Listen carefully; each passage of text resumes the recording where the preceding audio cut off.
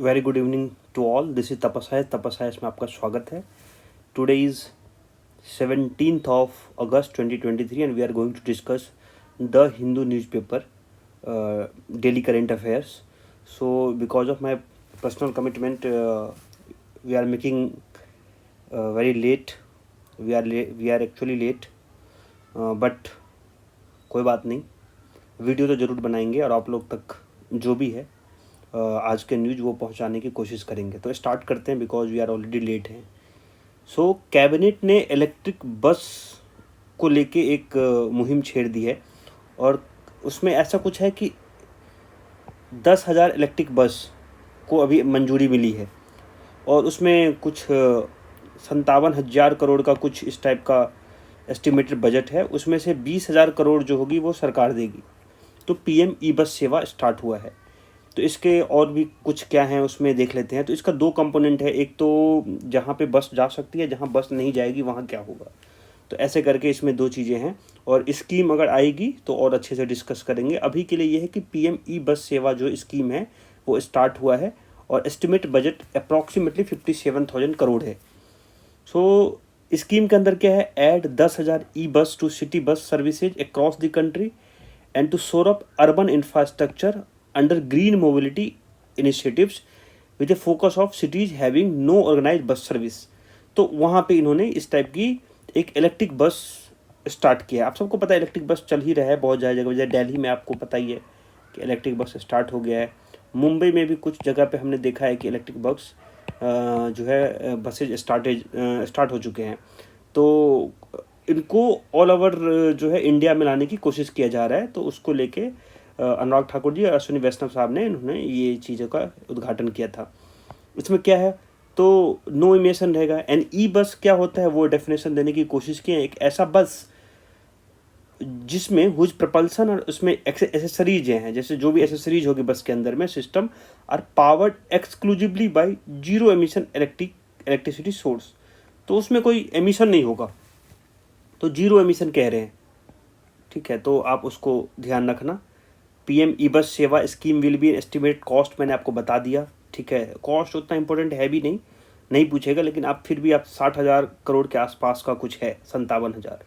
So it will support बस operation for 10 years and official statement से 10 साल के लिए इन्होंने ऑपरेशन उन्होंने बताया है. The scheme will be implemented in 2 segment. आपको बता दिया था मैंने. इन्फॉर्मेशन एंड ब्रॉडकास्टिंग मिनिस्टर ने बताया कि इन 169 सिटीज में 10,000 E buses will be deployed using the PPP model में, पब्लिक प्राइवेट पार्टनरशिप में. एंड इन 181 अदर सिटीज़ में infrastructure will be upgraded under the green urban mobility initiatives. तो आप इसको समझ लेना. 4 cities in the first segment depot infrastructure will be developed और upgraded to support the new bus. तो इसमें कुछ बिहाइंड, इसके पीछे कुछ और भी नहीं है. तो आप पीएम ई बसेज, ठीक है, तो आप इसको याद रखें. नेक्स्ट देखते हैं. फिर कुछ रेलवे की प्रोजेक्ट जो ये सब जितने भी रोडवेज और ये रेलवे जो होती है इंफ्रास्ट्रक्चर के अंदर में आते हैं. इंफ्रास्ट्रक्चर को स्ट्रॉन्ग करोगे तभी आपकी ईज ऑफ डूइंग बिजनेस में जो है रैंक बढ़ेगा. तो आप जब भी ईज ऑफ डूइंग की बात करें तो आप इसको याद रखें कि आपका इंफ्रास्ट्रक्चर अच्छा होना चाहिए. रोडवेज, रेलवेज और एयरवेज जो हैं वो आपके स्ट्रॉन्ग होंगे तो ईज ऑफ डूइंग बिजनेस में आपका रैंक सुधरेगा. 7 railway project worth 32,500 crore given approval. तो इसमें यह है कि 35 जगह का, जगह मैं सही हूँ तो 35 डिस्ट्रिक्ट में 9 स्टेट जो है उसमें कवर होगा और उसमें 32,500 करोड़ का उसमें खर्चा किया जाएगा. तो ये रेलवे प्रोजेक्ट को लेके है. सो नेक्स्ट है सुप्रीम कोर्ट अनवील्स. यस, तो होता क्या था कि जब भी कोर्ट में किसी वुमेन को लेके इस टाइप के डिस्कशंस होते थे तो जो डिफेंस टीम होती थी, डिफेंस काउंसलर जो भी हैं और जो प्रोसिक्यूटर्स हैं, वो दोनों के साइड से कुछ ना कुछ इस टाइप की चीज़ों को एविडेंस, इस टाइप का एविडेंस लेके वहाँ पे उनको हाजिर होना पड़ता था जहाँ पे वुमेन पे क्वेश्चन किया जा सकता था. और वुमेन पे क्वेश्चन किया जाना उस केस के लिए इम्पोर्टेंट होता है. लेकिन ऐसे जगह पे वो इस टाइप का वर्ड यूज कर लेते हैं जो जिसकी मीनिंग जो है वो समहाउ स्टीरियोटाइप दिखाता है कि आपकी रूढ़िवादी सोच या इस टाइप की सोच को दर्शाता है, या आपके माइंड, आपको जेंडर को लेके क्या सोच है वो दर्शाता है, जो कि एक अच्छी चीज़ें नहीं है। हम अपने दैनिक जीवन में भी उसको धीरे धीरे, डेली रूटीन में भी धीरे धीरे चेंजेस कर रहे हैं। तो कोर्ट भी उसको लेके एक अच्छा कदम उठाई है। सुप्रीम कोर्ट ने उसको बोला है, एक हैंडबुक निकाला है और उसमें बोला है कि कुछ जो स्टीरियोटाइप वर्ड्स हैं जो लॉ में यूज होते हैं उसको रिप्लेस किया है किसी पर्टिकुलर वर्ड से। तो उसके लेके, और ये एक टाइप का जो एलिमिनेट करेगा, जेंडर स्टीरियोटाइप जो है उसको एलिमिनेट करेगा। फॉर एग्जांपल, जैसे आप देखा होगा कि वहाँ पे जो फाइल हुई है उसमें लिखी रहती है कि career women, fallen women, faithful और ओबीडियंट वाइफ, ईव टीजिंग। जैसे ईव टीजिंग आप सबको पता होगा, दिल्ली में जो लोग रहे हैं उनको पता है कि मोस्ट ऑफ द प्रॉब्लम्स इस लड़कियां जो इस सबसे गुजरती हैं। और फिर हर्मोफ्रोडाइट है। तो इस सारे वर्ड को कुछ ना कुछ तरीके से उसको नया वर्ड दिया गया है जिसका मीनिंग जो है वो स्टीरियोटाइप ना निकले। जैसे कि स्ट्रीट सेक्सुअल हरासमेंट, ठीक है। फिर उसके बाद जो वर्ड है ओबीडियंट वाइफ, उसको वाइफ कर दिया गया है। जो वर्ड जो है हेर्माफ्रोडाइट जिसको बोलते हैं उसको इंटरसेक्स में कन्वर्ट किया गया है, और नॉर्मली वुमेन वुमेन करके कन्वर्ट किया गया है। और वाइफ जो होती है वो ओबीडियंट वाइफ क्या होती है, वाइफ वाइफ होती है। तो इसको चेंज किया गया है। अब मतलब वाइफ के साथ ओबीडियंट जुड़ा है, मतलब क्या, इसका मतलब वाइफ लॉयल नहीं होती है क्या? तो बहुत सारी चीज़ें हैं जो हमेशा से लिखा जा रहा था या सुना जा रहा था, कहा जा रहा था, उसको चेंज करने की ज़रूरत थी करंट टेम्परेरी समय में। और उसको चीफ जस्टिस साहब ने उसको चेंज करने के लिए एक हैंडबुक बनाया है। तो उसको लेके एक बहुत अच्छा है, आप इसको आंसर राइटिंग में यूज कर सकते हैं। नेक्स्ट देखते हैं।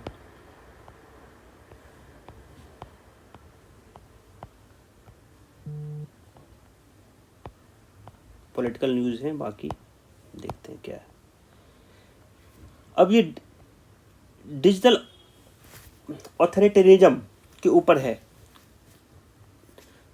अब ये डिजिटल जो डीपी बिल आया था, डिजिटल एक्ट जो उसको बोलते हैं, डेटा प्रोटेक्शन को जो एक्ट लेके आया गया है अभी वाले 2023 वाला, तो उसको लेके बहुत सारा था। वैसे ही मैंने आपको ऑलरेडी वीडियो में बता दिया है कि कैसे बोर्ड को लेके लोगों को प्रॉब्लम है, कि बोर्ड में के जो बंदे होंगे वो भी आप ही के होंगे, आप ही नियुक्त करेंगे उसको और वही सज़ा सुनाएगी। तो बहुत सारी चीज़ें इसमें था।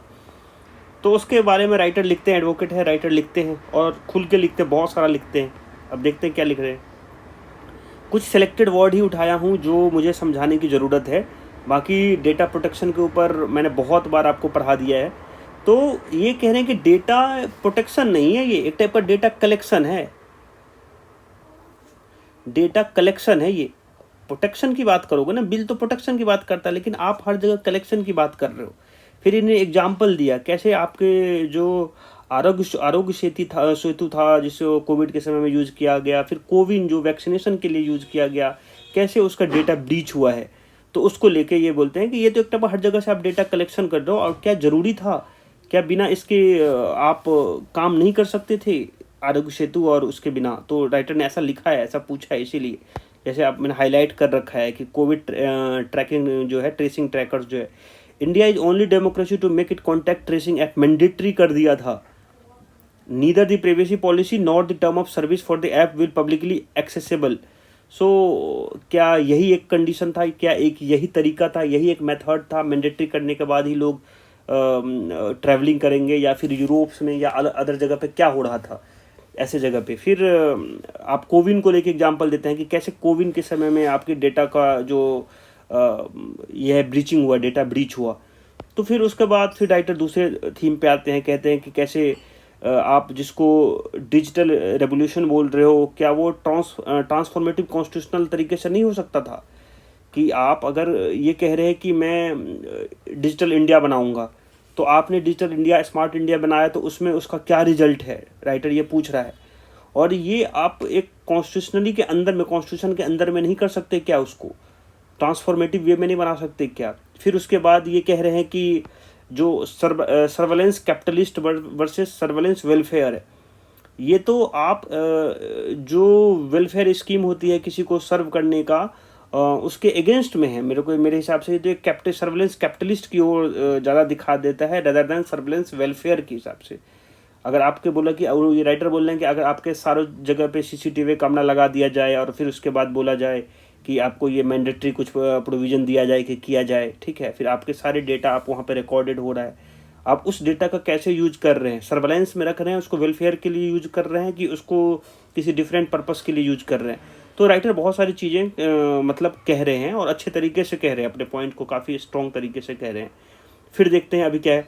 फिर पुट्टास्वामी केस की बातें करते हैं कि पुट्टास्वामी केस ने कैसे 2017 में उन्होंने इसको चेंज किया था, कहा था कि the court reform the fundamental right to privacy, article 21 के अंदर में उसको डाला था, while requiring union government to introduce data protection law in parliament as per the judgment. तो ये है। तो एक पुट्टास्वामी केस अगर आए तो आर्टिकल 21 के अंदर में आप उसको ज़्यादा डिटेल में जा नहीं रहा हूँ, article 21 Puttaswamy right to privacy, तो ये अपने लिए इंपॉर्टेंट हो गया।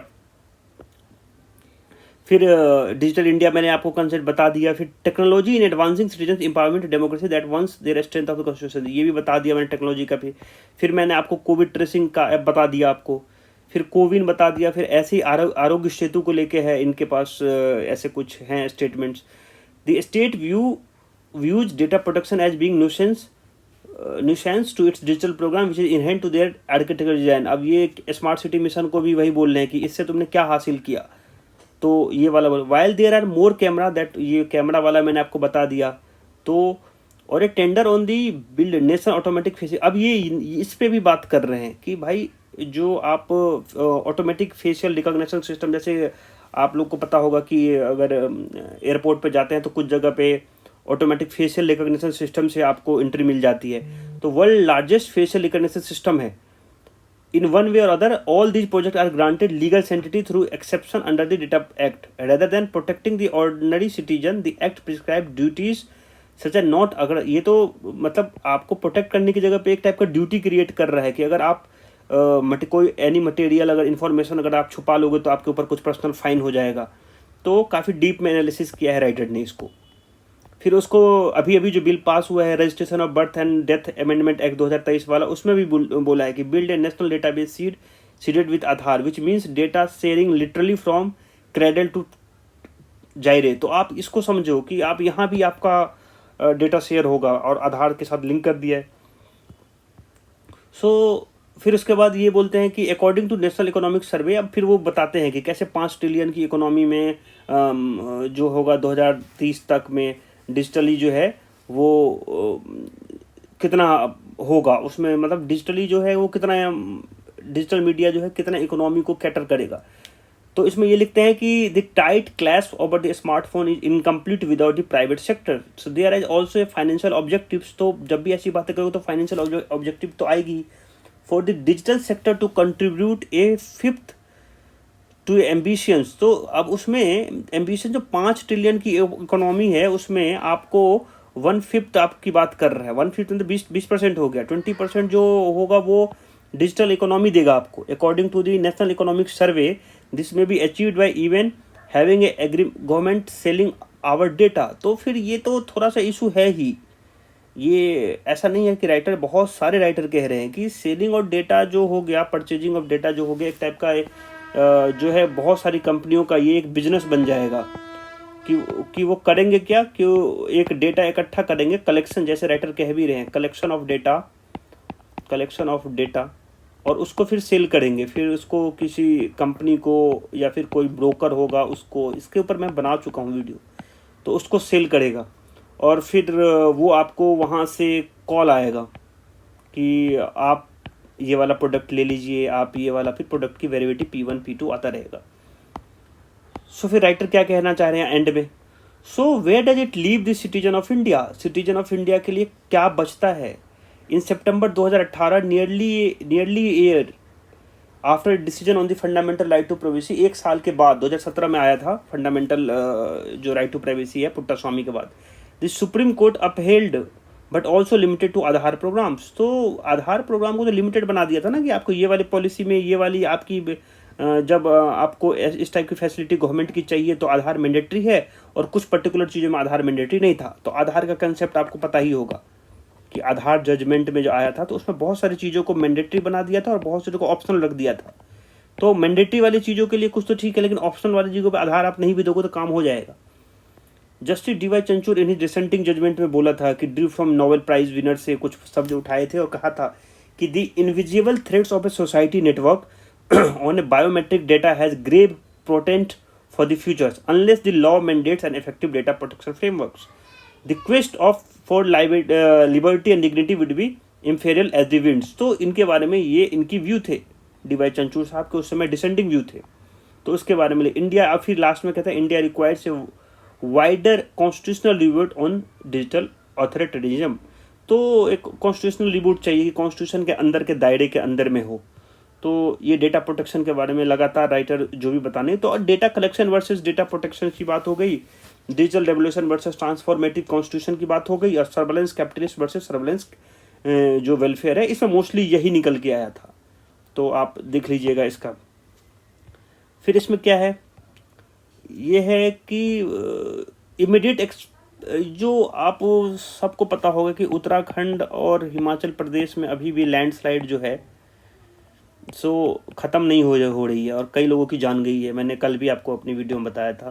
तो इसमें बहुत सारे रीजन हैं. अब जोशीमठ का ही ले लो एग्जाम्पल. अब जो लोग वहाँ के हैं उत्तराखंड के, वो उसको जानते हैं कि ये कंसर्न क्यों ऐसा है. तो उसमें एक रीजन जो राइटर आज डिस्कस करना चाह रहे हैं कि दी on going Char Dham road building project has lead to large scale altering of the mountains with significant chunk carved away.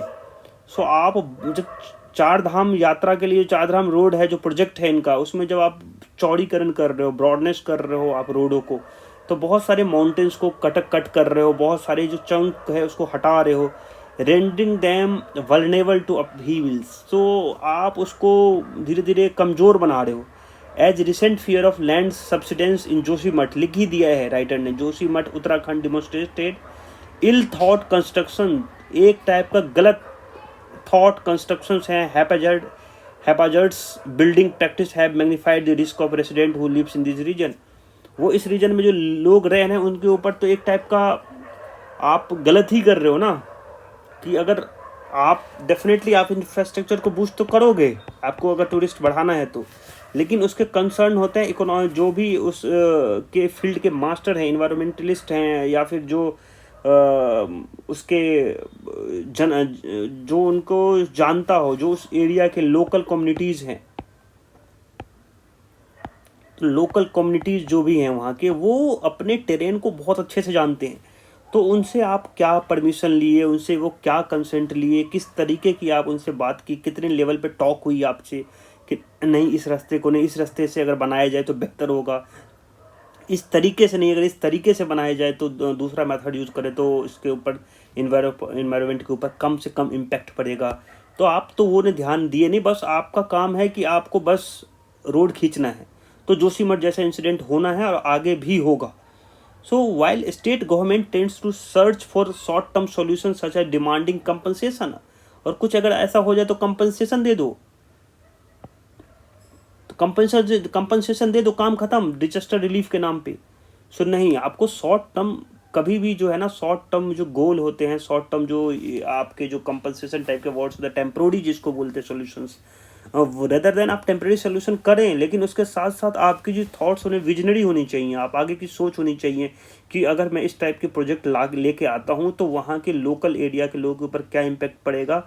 Apart from infrastructure boosting, क्या आप इंफ्रास्ट्रक्चर बूस्ट करके टूरिस्ट को एंड पॉइंट तक पहुंचाना चाहते हो, अच्छी सोच है आपकी, लेकिन उसमें विजनरी ये भी होनी चाहिए कि इससे डिजास्टर कितना ज़्यादा चेंजेज हो रहा है. It is time that more serious thought is given to nature of infrastructure development. वही चीज़ जो मैं कह रहा हूँ, वही चीज़, इफ़ नीडेड भी तो restriction impose in the larger interest of minimising hazards and maintaining stability. तो आपको इस सब चीज़ों पे ध्यान देना बहुत ज़रूरी है कि आपको लार्जर इंटरेस्ट को देखना बहुत ज़रूरी है. सो ये इनके ऊपर था एक टाइप का जो लगातार इसमें इनसे पूछा गया, तो राइटर ने लिख दिया कि भाई वेस्टर्न डिस्टर्बेंसेस के बारे में डिस्कस कर लिया इसमें कि वेस्टर्न डिस्टर्बेंसेस क्रिएट हो गया, उसकी वजह से अब आपको पता ही कि वेस्टर्न डिस्टर्बेंस होता है तो क्या होता है, नवंबर से दिसंबर जनवरी में बारिश करवाता है नदर्न इंडिया में. तो ये इसी की बात कर रहे हैं कि अरे यार, तो वेस्टर्न डिस्टर्बेंसेज होगा तो उसकी कहानियाँ बनाई इन्होंने. ठीक है, आप लोग वेस्टर्न डिस्टर्बेंस ज्योग्राफी में पढ़े होंगे. तो वो नदर्न इंडिया में बारिश करवाता है, तो इस एरिया में इस बार बोल रहे हैं कि अभी से बारिश हो गई है ऐसा करके. तो इसकी वजह से भी एक इम्पैक्ट है कि हिमाचल और ऊपर वाली जगह पे ज़्यादा बारिश हो रही है, उससे लैंडस्लाइड हो रहा है। हो सकता है ये भी एक रीजन हो, नो डाउट कि this will be the one of the reason, but this is not the only reason that कि Joshimath and others tourist place या others famous place in Uttarakhand and Himachal is going to face the landslides. So यही एक reason नहीं है, इसके पीछे आपका ये चार धाम वाला ये जो आपका बहुत सारे जो इंफ्रास्ट्रक्चर प्रोजेक्ट्स हैं जिसके ऊपर इन्वायरमेंटल कंसर्न को होते हुए भी आपने उसको पास किया है, और डेफिनेटली आप लाइसेंस लिया होगा, सब कुछ किया होगा, लेकिन क्या आपने वहाँ के लोकल लोगों का क्या वहाँ का राय था कि किस तरीके से बनाया जाए, आपने उसको नहीं सुना, तो उसका कंसर्न तो होगा, उसका रिपरकशन तो, उसका कॉन्सिक्वेंस तो सोसाइटी को और हमको आपको झेलना पड़ेगा। तो वो उसको लेकर राइटर लिखने की कोशिश कर रहे हैं, और वेस्टर्न डिस्टर्बेंस भी डेफिनेटली यस डिस्कस किए हैं इसमें उन्होंने। तो this is all about Uttarakhand और हिमाचल प्रदेश। नेक्स्ट देखते हैं हाउस फॉर ऑल। तो हाउस फॉर ऑल को लेकर तो आपको सबको पता है कि प्रधानमंत्री आवास योजना जो है तो वो तो चल ही रहा था, और उसको 2024 तक बढ़ा दिया गया था फिर, लेकिन इसमें ये बोला कि अब इसको थोड़ा सा अर्बन जो एरिया में है, जो लोग माइग्रेट कर रहे हैं और जो लेबर बन रहे हैं उनके लिए भी हाउस, पहले ये बोले कि अब इस 24 के बाद नहीं बढ़ाएंगे, लेकिन अब वो किसी वजह से उनको अब ये सोच रहे हैं, तो सोचने देते हैं, बढ़ते हैं उसके आगे आगे की ओर, और देखते हैं कि अगर ये इस टाइप का कुछ पॉलिसी लेके आएंगे तो डेफिनेटली अपने उसमें स्कीम्स में अपने को पढ़ना पड़ेगा, तो देखेंगे कि प्रधानमंत्री आवास योजना अर्बन के में क्या क्या है। अब वो लिख रहे हैं कि रीजन बिहाइंड, अभी ये कह ही रहे हैं कि reason behind the poor quality of house and prevalence of unoccupancy. ये राइटर ये बोल रहे हैं कि जितनी तुमको बनानी थी उतने में भी नहीं बना, क्योंकि अब हर जगह का टेरेन टफोग्राफी जो है वो अलग है, मैं यही तो कह रहा था कि, और उसको जो है वो सब्सिडी जो मिल रहा है प्रधानमंत्री आवास योजना के अंदर में वो उतना ही 2 लाख के आसपास जो मिल रहा होगा, तो वो तो हर जगह के जो सरकमस्टांसेस हैं जहाँ पे वो है वो तो अलग है ना, तो आपको उस बेस पे आपको उनको घर बनाने दो, अदरवाइज तो बहुत पुअर क्वालिटी ऑफ हाउस बनेगा। तो खैर पहले तो ये था कि हाउस बने, ठीक है, तो राइटर को भी ये समझना चाहिए कि पहले तो इनकी ये उम्मीद थी कि पहले घर बने, अब जब घर बन रहे हैं तो आप पुअर और अच्छी क्वालिटी की घर की बात कर रहे हैं, सब्सिडी कम या ज़्यादा की बात करें, तो हमें दोनों पॉइंट्स ऑफ व्यू से समझना है, राइटर्स जो कह रहे हैं वो भी, और हमें अपना भी दिमाग लड़ाना है थोड़ा सा। ये क्रिमिनल पे वही था कि आईपीसी सीआरपीसी सब चेंज हुआ है, तो उसके ऊपर मैंने कुछ डिस्कस किया नहीं है, क्योंकि मैं लगातार वही चीज़ों को बार बार बताने में सही नहीं समझता उसको। कोशिना माने एक ट्रांसलेटेड वर्ड है, और उसका मतलब होता है क्रेचे, और उसका मतलब होता है कि जब नरेगा में जो लोग Mahatma Gandhi national rural employment guarantee act के अंदर में जब किसी वुमेन को मिलता है काम, तो उस समय वो अपने बच्चे को, छोटे बच्चे को अगर कहाँ रख के आए, तो फिर वो इस टाइप के वर्ड को कर्नाटका गवर्नमेंट ने इस टाइप का स्कीम कोशिना माने करके चलाया है। तो ये कुछ ज़्यादा बस नाम थोड़ा इंटरेस्टिंग था, तो मैंने आपको बता दिया कि कोशिना माने रीडिफाइनिंग चाइल्ड केयर, तो इसका मतलब ये है। ये कुछ ये है कि कोई अगर यूके में जाके पढ़ेगा तो क्या होगा, तो मैं आपको बता देता हूँ कि इसमें केवल फैक्ट है, डेटा पॉइंट है, और ये अपने लिए इम्पोर्टेंट है, लेकिन हाँ यस आंसर राइटिंग में आपके लिए इम्पोर्टेंट है। Indian like other foreign students पे higher tuition fee.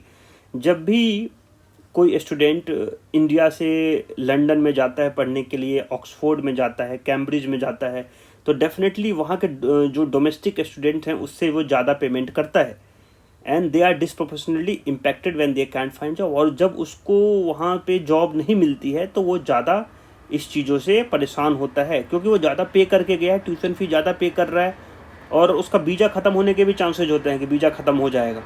More over for foreign student it is A double blow. तो एक तो उसको फीस ज़्यादा देना पड़ रहा है, और उसको जॉब नहीं मिल रहा है, तो क्वालिटी एजुकेशन तो मिल ही नहीं रहा है उसको भी बाहर जाने के बाद भी। तो यही कहना चाह रहे राइटर ये कहना चाह रहे हैं कि जो इनके सुनक साहब है उन्होंने बोला कि लो क्वालिटी ऑफ कोर्स है, जैसे मैंने हाईलाइट कर दिया कि लो क्वालिटी ऑफ कोर्स है। आप मैप देखेंगे तो मैप से आपको समझ में आ जाएगा कि ये सर्कल है, और ये सर्कल के जो इस साइड रहेगा, राइट साइड में होगा, वो अच्छे कॉलेज हैं उनके, जैसे लंदन ऑफ स्कूल इकोनॉमिक्स, सब सारे लोग इकोनॉमिक्स अगर कोई कहीं पढ़ना चाहता तो यहाँ इस कॉलेज से पढ़ना चाहता है। सेंट एंड्रयूज हो गया, ऑक्सफोर्ड हो गया, कैम्ब्रिज हो गया, तो इसमें कितने लोग जा रहे हैं इंडिया से, कितने लोगों का एडमिशन हो रहा है? नहीं भाई, नहीं हो रहा है एडमिशन। इसमें एडमिशन ले रहे हैं ये लोग यहाँ यूनिवर्सिटी ऑफ हर्टफोर्ड शायर्स, ये वाला। और उसके बाद फिर जो बचा कुचे लोग हैं यूईएल। तो मतलब आप तो वेस्टर्न साइड में एजुकेशन ले रहे हो, ईस्ट जो इधर का है उधर की एजुकेशन अच्छे हैं। तो ये बोल रहे हैं कि अगर अच्छे कॉलेज में एजुकेशन नहीं लेंगे तो वो अच्छे उनको जॉब नहीं मिलेंगे। और ये इनके लिए तो और डेंजरस है, जो लोग बाहर से आ रहे हैं इंडियन, लाइक अदर्स बोल रहे हैं इंडियंस, उनके लिए क्या है, एक तो फीस ज़्यादा पे करो, ऊपर से जॉब भी ना मिले, ठीक है। तो उसको लेके तो ये है, तो उसको लेके और फिर वीज़ा भी एक्सपायर होने के खतरा होता है कि वीज़ा भी एक्सपायर हो जाएगा। तो सुनक साहब उसके बारे में बहुत चिंतित हैं और बोल रहे हैं कि ऐसे लोगों को सोचना चाहिए। सो हम पुअर क्वालिटी कोर्स बेच रहे हैं और ये कह रहे हैं only 17% of student who arrive in 2017 UK got work visa compare to 31% who arrive in 2004। तो ये एक वीजा का भी इश्यू है, 17% स्टूडेंट को मिला है 2017 में, जबकि 31% था 2004 में।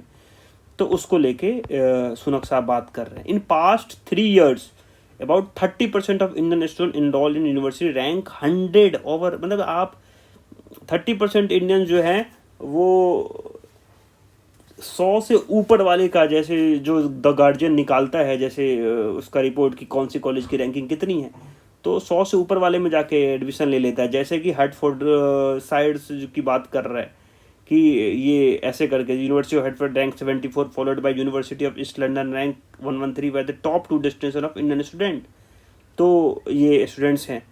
Only about 13% of Indians were enrolled in 24 prestigious research groups university which include the University of Oxford and Cambridge।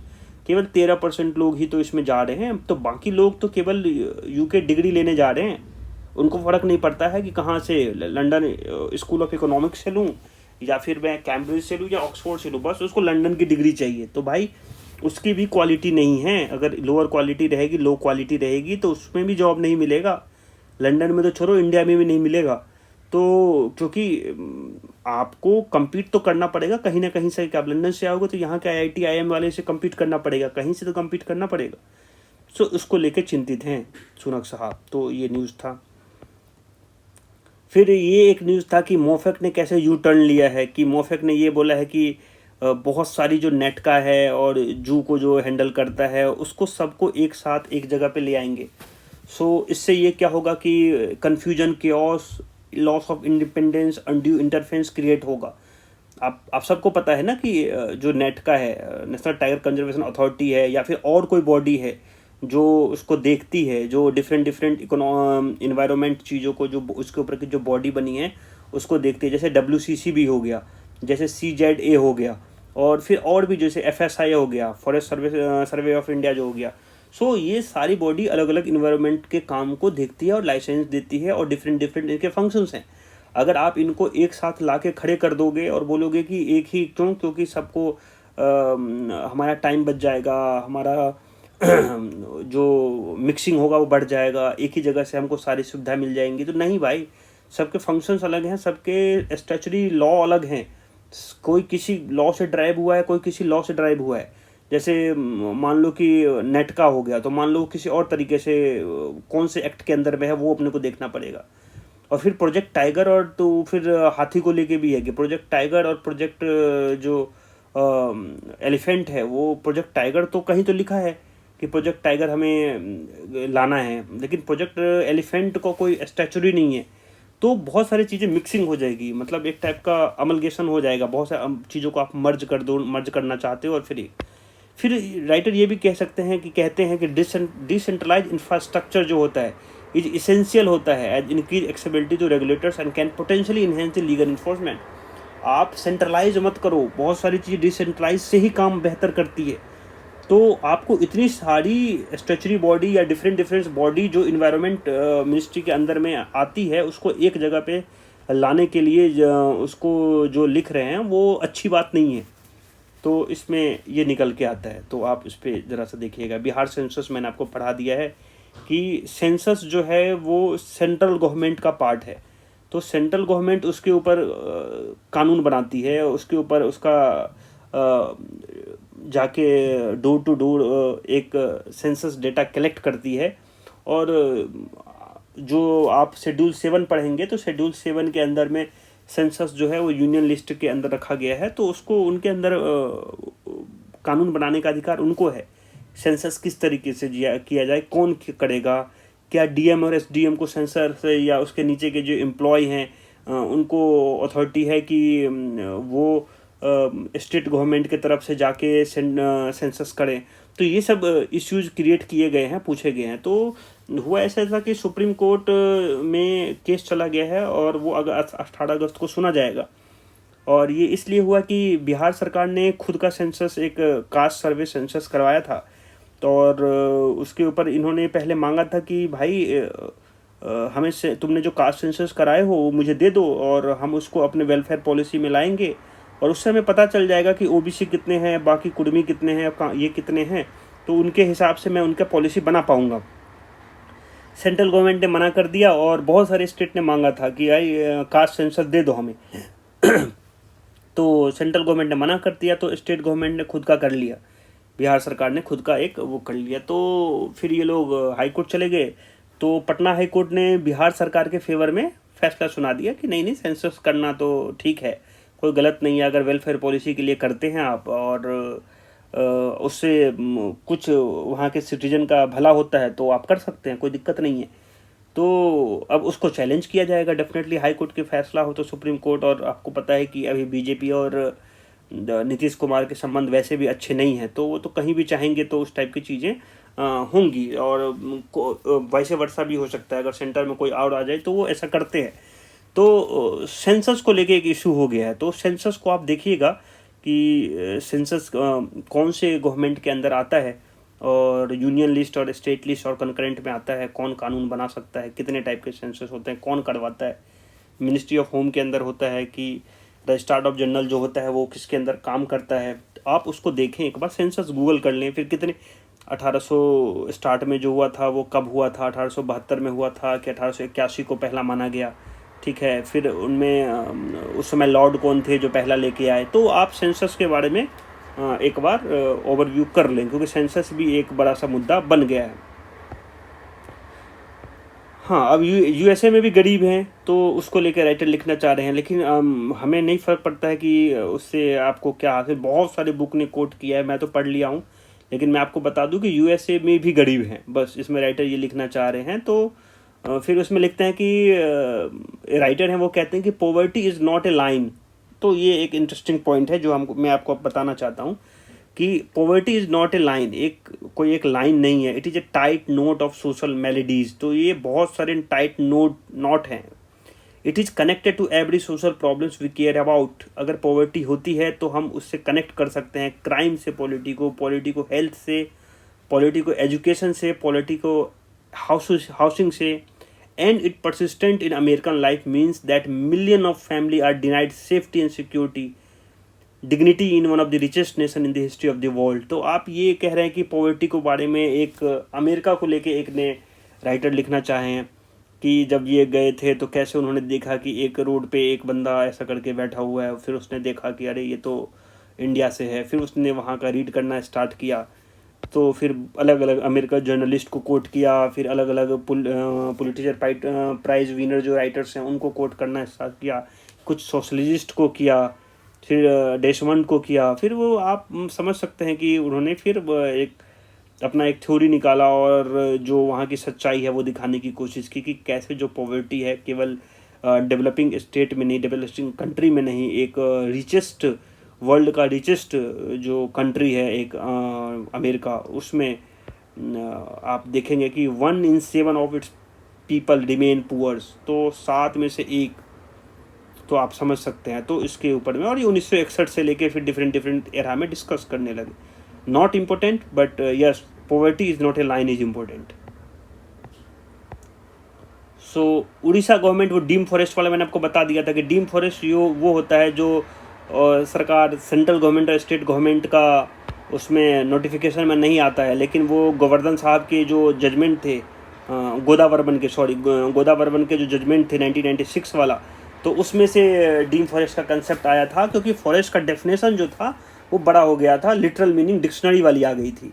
तो उड़ीसा गवर्नमेंट ने कुछ दिन पहले एक ऑर्डर पास किया था अपने डीएम को, कि बोला था कि जितने भी डीम फॉरेस्ट हैं उसको नॉन फॉरेस्ट और एक्टिविटी में, इंडस्ट्रियल एक्टिविटी में लगा सकते हो। फिर बहुत ज़्यादा इनका मार्केट में नाम खराब हुआ और लोग इन्वायरमेंटलिस्ट जो हैं वो इस टाइप की चीज़ लिखने लगे, तो फिर उसने विड्रॉ कर लिया वो लेटर को। तो उसको लेके ये एक न्यूज़ है। फिर उसके बाद ये छोटा सा न्यूज़ क्या है, centre draft SOP want to exercise restraints, तो officials are to summon only in exception. Yes, तो ये भी एक बड़ा इंटरेस्टिंग चीज़ है कि जैसे जज साहब लोग समन कर देते हैं और बोलते हैं कि भाई तेरा टाई नहीं, बेल्ट नहीं, आईएएस ऑफिसर को, आईपीएस ऑफिसर को कि टाई बेल्ट नहीं लगा के आया कोर्ट में, तो उसको लेके एक बिल बनाने की कोशिश, एसओपी लाने की कोशिश कर रहे हैं। और कह रहे हैं कि आपको मतलब जो कंटेम्प्ट कोर्ट का कभी कभी होता है, जो कंटेम्प्ट लगाते हैं, कंटेम्प्ट ऑफ कोर्ट, वही जो है वो जांच करने लगते हैं। उसी कंटेम्प्ट ऑफ कोर्ट ने आपके खिलाफ, आप आईएएस हो, आपके खिलाफ कंटेम्प्ट ऑफ कोर्ट कोई जज लगाया, मैं जज हूँ, आपके खिलाफ लगा दिया, और फिर आपका केस भी मेरे पास आया, तो मैंने ही कंटेम्प्ट लगाया, मैं ही आपका जज, आपके केस में जजेज हूँ, तो वो नेचुरल जस्टिस के खिलाफ जाता है। तो उसको लेके जो सेंट्रल गवर्नमेंट है कुछ एसओपी लेके आ रही है। तो अब देखते हैं कि वो एसओपी क्या होगी। स्टैंडर्ड ऑपरेटिंग प्रोसीजर होता है एसओपी, अगर आपको ना पता हो तो एक टाइप का प्रोसीजर है कि ये होना चाहिए, एसओपी उसको बोलते हैं। तो देखते हैं, इसमें इंटरेस्टिंग है ये काफ़ी। सो आर्टिकल 370 के ऊपर तो ऑफ कोर्स धवन साहब कुछ लिखते हैं। अब ये काफ़ी फिर डीप में हो जाएगी बातें, फिर आप सबको लगेगा कि अननेसेसरी से हम टाइम वेस्ट कर रहे हैं, अपनी एडवोकेसी दिखा रहे हैं। फिर ये धवन साहब कुछ आर्गू करते हैं आर्टिकल 370 के ऊपर कि स्टेट था नहीं उस समय, प्रेसिडेंट का रूल था, और प्रेसिडेंट ने एज्यूम करके खुद ही साइन कर लिया, तो स्टेट गवर्नमेंट का consent of state government was required ना before president could gone to है। तो आप तो है ही नहीं ना कंसेंट ऑफ, तो स्टेट गवर्नमेंट होना चाहिए ना, स्टेट गवर्नमेंट तो है ही नहीं, तो आपने परमिशन किससे लिया, खुद को परमिशन ले लिया। तो धवन साहब का इस टाइप का था। Parliament could not be have assume the role of state legislator, parliament state legislature का रोल नहीं ले सकता है, and given itself the authority to change the very identity of the state of Jammu Kashmir, और अपने आप को आइडेंटिटी दे दे ऑथराइज करके, और फिर उसके बाद जो भी है साइन करना कर लिया है। तो अभी 370 के ऊपर लगातार कोर्ट में बहस चल रहा है, तो इस पर अभी मैं कुछ सब जुडाइस मैटर है तो कुछ बड़ी बड़ी बातें नहीं करूँगा, एक बार जजमेंट आ जान देते हैं। फिर ये मेरे वर्ड नहीं है, धवन साहब कह रहे हैं बस। तो ये विश्वकर्मा स्कीम बता दिया कि जो कारपेंटर भाई वो हैं, बार्बर भाई हैं, सोनार भाई हैं, लोहार भाई हैं, उनको कुछ कुछ पैसे मिलेंगे, और वो विश्वकर्मा स्कीम के अंदर में आता है। Expansion of digital India, yes, digital India को एक्सपांड करने की कोशिश कर रहे हैं। 8 साल हो गया है, 7-8 से ज़्यादा साल हो गए हैं, तो डेफिनेटली आप डिजिटल इंडिया, डीजी लॉकर आप सबको पता होगा कि ऑनलाइन डिपोजिटरी ऑपरेटेड एक वो है, गवर्नमेंट है, वो है एक टाइप का ऐप टाइप का है, जिसमें आप अपने डेटा को रख सकते हैं, सॉफ्ट डेटा को, और लोन लेने में आसानी मिलेगी, एमएसएमई में आसानी मिलेगी। तो डिजिटल डीजी लॉकर्स आपको पता होगा। और न्यूज़ क्लिक एक यूट्यूब चैनल है, और एक जो न्यूज़ अच्छा जर्नलिज्म में दिखाता है, तो उसको ऊपर सॉलिडेटरी है कि उसके ऊपर कुछ इस टाइप का सरकार फ्रीडम ऑफ स्पीच के खिलाफ है कि रोक लगा दिया है, जो भी है। तो ये है। अब ये global initiative on digital health, इसको बड़ा हो जान देते हैं ये न्यूज़ को, तो फिर उसको डिस्कस करेंगे। इंडिया ने उनके साथ मिलके, WHO के साथ मिलके एक लॉन्च किया है global initiative on digital health. देखेंगे इसमें, अगर बड़ा, आज के लिए तो बहुत छोटा था। उसमें पाकिस्तान में चर्च के ऊपर अटैक हो गई है, क्योंकि उसने कुरान उड़ान के लिए कुछ बोल दिया होगा, तो उसके ऊपर तो अपन ज़्यादा उसमें कुछ आज के पेपर में वर्ल्ड में भी नहीं था। So this is all about today paper. Thank you so much, have a nice day. थोड़ा सा लेट हो गया था, सो उसके लिए माफ़ी चाहेंगे, क्योंकि कुछ पर्सनल कमिटमेंट थे हमारे। Thank you so much, have a nice day.